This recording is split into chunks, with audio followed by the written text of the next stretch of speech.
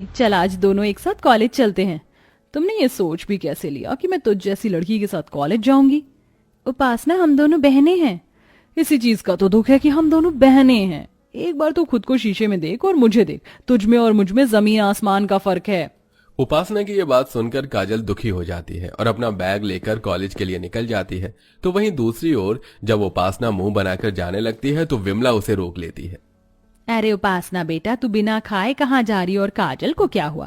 आज उसने भी खाना नहीं खाया, ऐसे ही चल पड़ी। होना क्या है, हमेशा की तरह साथ में चलने के लिए कह रही थी और जब मैंने उसे उसकी हकीकत दिखा दी तो मुंह बनाकर चली गई।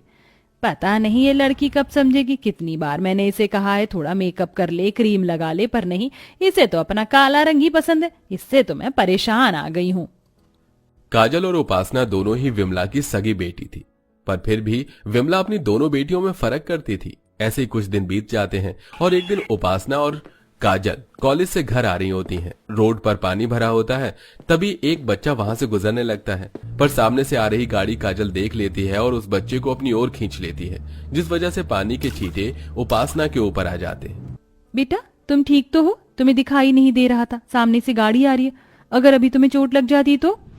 उसका तो पता नहीं, पर आज ये साबित हो गया काजल कि मैं तेरे साथ कहीं आ जा नहीं सकती। तेरी वजह से और इस बच्चे की वजह से मेरे इतने महंगे कपड़े और मेकअप खराब हो गए। अब क्या मैं ऐसी हालत में घर जाऊंगी?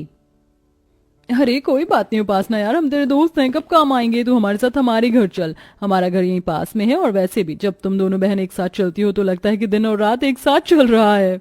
उपासना के सारे दोस्त काजल के काले रंग का मजाक उड़ाते हैं और उपासना चुपचाप सब सुनती है।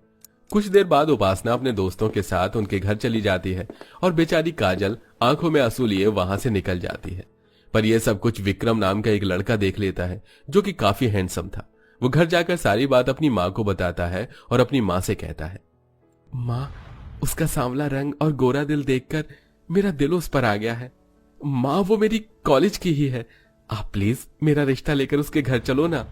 अच्छा ठीक है बाबा, ले जाऊंगी उसका रिश्ता, पर पहले तू अपने एग्जाम तो क्लियर कर ले और अपने पापा की कंपनी संभाल ले, क्योंकि कोई भी माँ बाप बेरोजगार के हाथों में अपनी लड़की का हाथ नहीं देते। सही कहा माँ, अब तो मैं काजल को पाने के लिए दुगनी मेहनत करूंगा। विक्रम को काजल इतनी पसंद आती है कि वो हर समय काजल के बारे में सोचता है और कॉलेज में भी बस उसे ही देखता है। समय यूं ही गुजरता है और उन तीनों की पढ़ाई पूरी हो जाती है और विमला उपासना के लिए रिश्ते देखना शुरू कर देती है। बहुत जल्द विक्रम भी अपने पापा की कंपनी संभाल लेता है और अपनी माँ के साथ काजल का हाथ मांगने उसके घर पहुंच जाता है, जहां वो देखता है कि एक और लड़के वाले वहां आए हुए हैं। माफ करना जी, पर हमने आपको पहचाना नहीं। बहन, भाई साहब, मैं विक्रम की माँ हूँ। विक्रम आपकी बेटी को बहुत पसंद करता है, इसीलिए बिना बताए हम यहाँ आपकी बेटी का हाथ मांगने के लिए आ गए हैं। माफ करना बहन, पर मैंने अपनी उपासना का रिश्ता पहले ही सुनील बेटे से तय कर दिया है। कोई बात नहीं बहन जी, हमारी एक और बेटी है। अगर आप चाहे तो हम ये रिश्ता अब भी तय कर सकते हैं। भाई साहब, आपको शायद कोई गलतफहमी हो रही है। हम यहाँ उपासना के लिए नहीं बल्कि काजल का हाथ मांगने के लिए ही आए हैं। क्या, काजल का?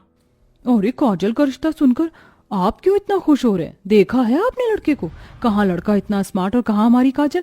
कोई मेल नहीं है इन दोनों का। अगर कल को हमारी बेटी को कोई दुख उठाना पड़ा तो माफ करना बहन, आप चले जाइए, हमें कोई रिश्ता नहीं करना। आंटी जी, मैं आपसे वादा करता हूँ, मैं कभी भी काजल की आंखों में आंसू नहीं आने दूंगा। बस आप इस रिश्ते के लिए हाँ कर दीजिए, फिर एक साथ आपके घर में 2 बारात आएंगी।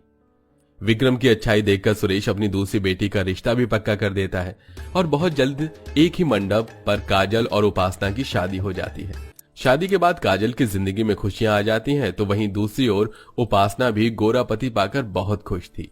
सुनील जी, आप तो मेरे सपनों के राजकुमार से भी ज्यादा गोरे और सुंदर निकले। मुझे तो लगता था कि मुझसे ज्यादा गोरा शायद कोई हो ही नहीं सकता, पर आपने तो सुंदरता में मुझे भी फेल कर दिया।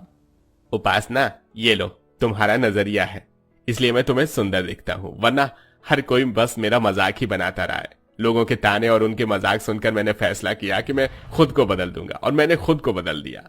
लोगों की बातों पर ध्यान मत दो, आप बहुत सुंदर हैं। अच्छा वैसे आप मुझे हनीमून पर कहाँ ले जा रहे हो? जहां तुम कहो।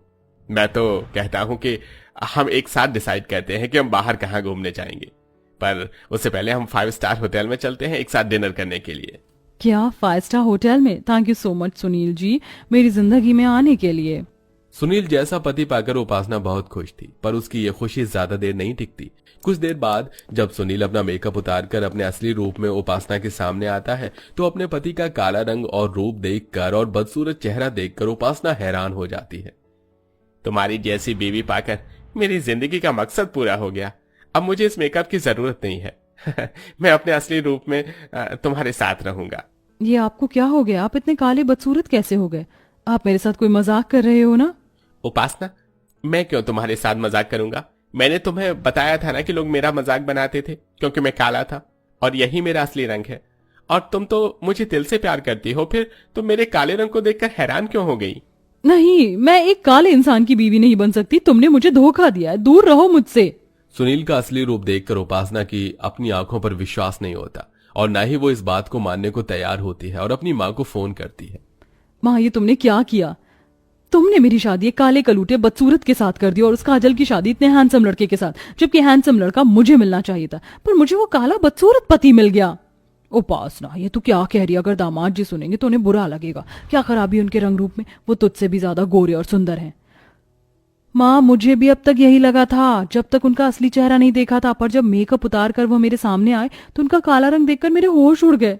आपने मेरी शादी गलत लड़के से करवा दी। मैं अपने काले बदसूरत पति के साथ चलूंगी तो क्या कहेंगे लोग? गोरी को काला और काली को गोरा पति मिल गया। नहीं माँ, मैं ऐसे आदमी के साथ नहीं रह पाऊंगी। मैं आ रही हूँ आपके पास।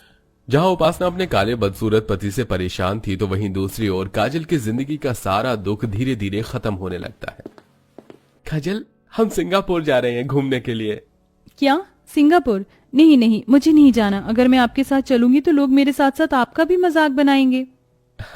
तो बनाने दो, मुझे फर्क नहीं पड़ता और तुम्हें भी फर्क नहीं पड़ना चाहिए, समझी? तुम अब चलो, पैकिंग कर लो, कल ही निकल रहे हैं हम। अब अगले दिन विक्रम और काजल सिंगापुर घूमने के लिए चले जाते हैं और काजल अपने पति के साथ सिंगापुर की फोटो व्हाट्सएप स्टेटस पर लगाती है, जिसे देखकर उपासना काजल की खुशियों से और भी ज्यादा नफरत करने लगती है और अपने पति के काले रंग से और भी ज्यादा जलने लगती है। काश कि मेरी शादी विक्रम से होती। मैं इस काले सुनील को डिजर्व नहीं करती और ना ही विक्रम उस काजल को, पर फिर भी लंगूर के हाथ में अंगूर और मुझ जैसी सुंदर सी लड़की को ऐसा बदसूरत पति मिल गया। काजल का स्टेटस देखकर उपासना को बहुत गुस्सा आता है और वो गुस्से में अपना फोन तोड़ देती है। फोन टूटने की आवाज सुनकर सुनील वहां आता है। क्या हुआ उपासना, तुम अभी भी मुझसे नाराज हो?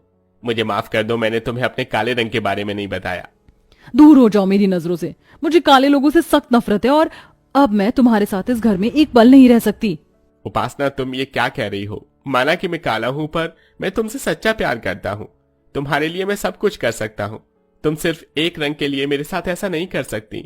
सुनील उपासना को काफी रोकने की कोशिश करता है, पर उपासना नहीं रुकती और अपनी माँ के पास चली जाती है। तो वहीं दूसरी ओर शादी के बाद काजल को सारी खुशियां मिलती हैं, जिसके लिए वो तरसती थी। शादी के बाद काजल एक खुशहाल जिंदगी जीती है और उपासना सारी जिंदगी अपने